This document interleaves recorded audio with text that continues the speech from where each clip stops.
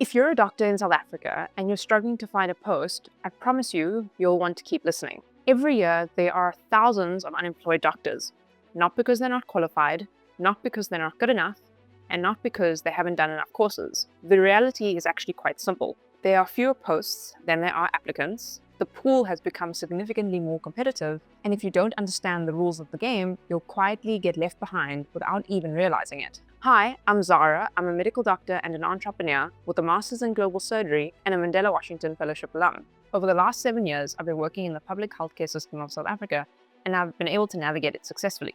As a young community service doctor, I landed multiple post offers. I've landed multiple jobs since then, and I had the ability to become a Mandela Washington Fellow, which gets 50,000 applicants of leaders around sub-Saharan Africa every year. Only 700 get chosen, and I was one of them. And really, what I want to be able to give you in this video is to explain one core concept that separates the doctors who get the posts from those who don't. Firstly, you have to understand that the job market is in fact a market. When you're looking for a job, medicine isn't special. It's ultimately still a market. And in any market, the candidate who provides the most value is ultimately the one that gets chosen. The reason many South African doctors realize this extremely late is that for the first 2 to 3 years after graduating, we are allocated jobs. This means that we don't have to worry about building a CV, we don't have to worry about how to prep for an interview, you don't even need a network behind you. The job is given.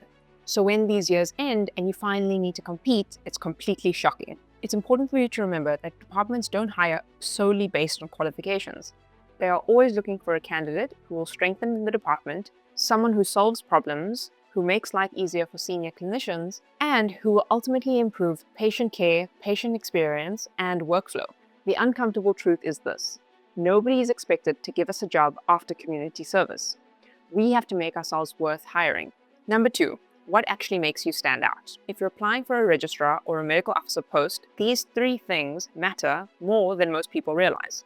And it's not just about clinical ability, but whether you are seen as a leader, as an innovator, and someone who is great at systems and admin.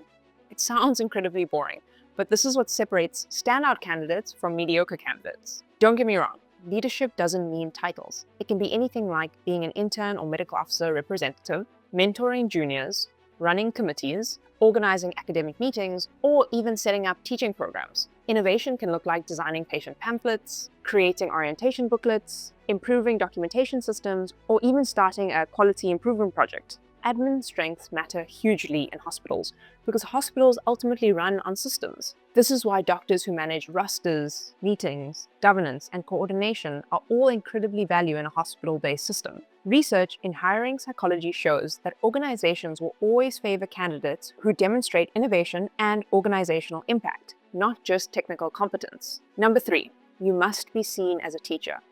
Here's what a lot of many doctors miss. Departments don't just hire clinicians, they hire future trainers. If you are able to demonstrate that you can teach and uplift others, your value increases dramatically. Now, this can honestly be formal or informal. I know a lot of doctors get very caught up in the fact that they aren't formal lecturers or professors, but really what this looks like on the ground is that you can be teaching ECGs, ultrasound, CTG training, doing a surgical skills training, presenting academic topics, and even tutoring juniors. There's even research in professional development that shows that teaching can actually strengthen your reputation and mastery. This means that it's not only good for your department, it's ultimately good for you and your career. Here's a simple challenge. Pick one area where you know you're really good at. Then find someone who wants to learn it and teach it every week. Keep it consistent, keep it fun, keep it manageable. Your students benefit, your department benefits, and your reputation grows. I know you're probably asking yourself, but what does this actually look like?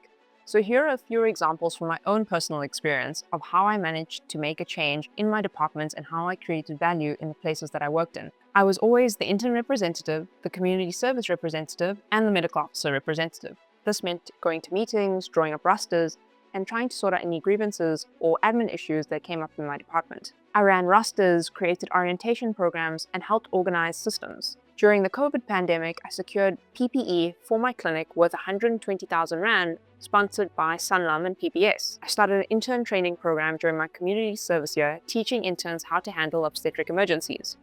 I also got a blood gas machine donated to my labor ward in order for us to manage obstetric emergencies even better. I ran weekly teaching academic sessions with my interns, I did dedicated ultrasound and surgical skills training, I presented at academic meetings, and I even got jackets sponsored from a bank called Investec, which meant that our doctors got to stay warm on call. And yes, I even designed the logo for our obstetrics and gynecology department. Now don't get me wrong, none of this happened overnight and none of it happened in a flash. But every single thing ultimately added value to the department, and over time it built up my reputation. That reputation genuinely opened doors, including becoming a Mandela Washington Fellow. Now for the last part that you probably weren't expecting, your boss needs your help more than you actually think. Most juniors assume that your boss is actually judging you.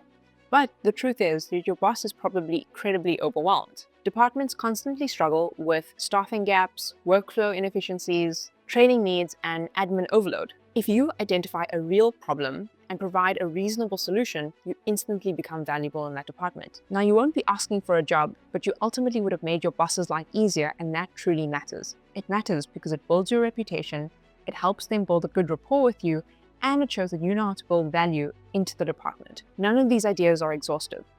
They're just stepping stones to help you understand one core truth. You get hired when you create value. You don't need to do everything. Pick one area, start small, and be consistent. And over time, the more value you create, the more visible you become over time. And in an extremely competitive system like this one, visibility matters. If you'd like this video and you'd like to see more, my latest video is up here, and you can always subscribe to my channel. I'll see you in the next video.